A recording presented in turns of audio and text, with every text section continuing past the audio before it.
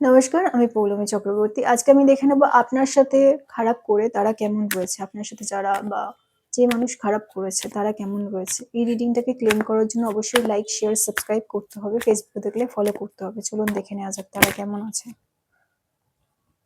The high priestess.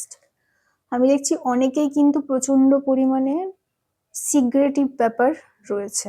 অর্থাৎ অনেকেই প্রচুর পরিমাণে গোপনীয়তা ব্যবহার করছেন বা গোপনীয়তা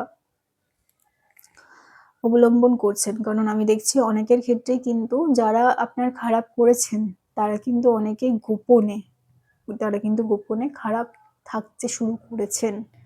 তারা খারাপ থাকতে শুরু করেছেন সেটা বাইরে দেখাচ্ছে না। গোপনীয়ভাবে তারা কিন্তু খারাপ থাকছে। অর্থাৎ তারা নিজেদের খারাপ লাগাটা নিজের মধ্যেই সীমাবদ্ধ রেখেছেন। মানুষের সাথে ভাগ করে নিচ্ছেন না বা শেয়ার করে নিচ্ছেন না। কিন্তু তারা কিন্তু যে খুব ভালো আছে সেরকম কিন্তু নয়।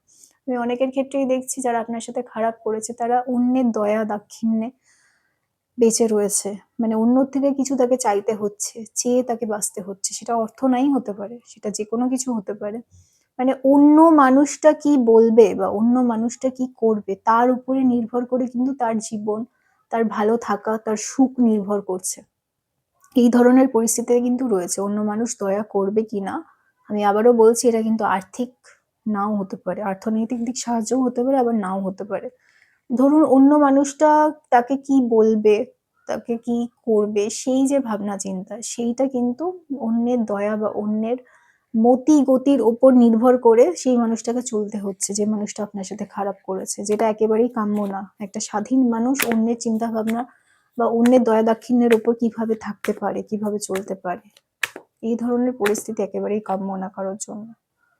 কিং অফ ওয়ান্স, অর্থাৎ এই মানুষটি কিন্তু, যে মানুষটি আপনার সাথে খারাপ করেছে সেই মানুষটি কিন্তু এখন যখন খারাপ থাকছেন, গোপনীয়ভাবে খারাপ থাকছেন, নিজে খারাপ থাকছেন কিন্তু সেটা কাউকে জানাতে পারছেন না, কারোর সাথে শেয়ার করতে পারছেন না, এই ভয়ে যে পরবর্তীকালে তার মান সম্মান নিয়ে সমস্যা হতে পারে। এবং অন্যের দয়া দাক্ষিণ্যে যখন তাকে চলতে হচ্ছে বা বলা ভালো অন্যের মর্জির উপর ডিপেন্ড করে তাকে চলতে হচ্ছে, তখন সেই মানুষটার কি ভাবনা চিন্তা হচ্ছে, সেই মানুষটা বুঝতে পারছে যে সে খারাপ করেছে, আপনার সাথে খারাপ করেছে। সে যখন লজিক্যালি প্র্যাকটিক্যালি ভাবনা চিন্তা করছে, সে বুঝতে পারছে যে তার সাথে আপনার সাথে খারাপ করেছে।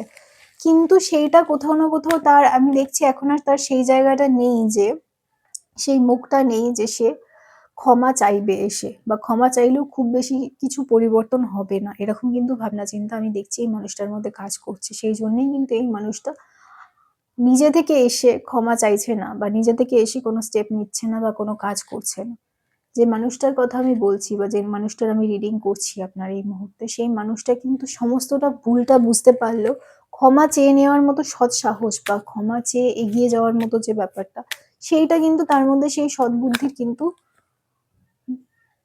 শুরু হলেও, সেই সদ্বুদ্ধির উচ্ছ্বাস শুরু হলেও বা সদ্বুদ্ধি হলেও সেই মানুষটা কিন্তু কি করেছে, সেই মানুষটা কোনো অ্যাকশন নিচ্ছে না বা এগিয়ে যেতে পারছে না। ঠিক আছে, সে তার নিজের জীবনে স্টাক হয়ে আছে, নিজের জীবনে সে স্টাক হয়ে আছে। তো এই রিডিংটাকে ক্লেম করার জন্য লাইক, শেয়ার, সাবস্ক্রাইব করবেন। সবাই খুব ভালো থাকবেন। নমস্কার।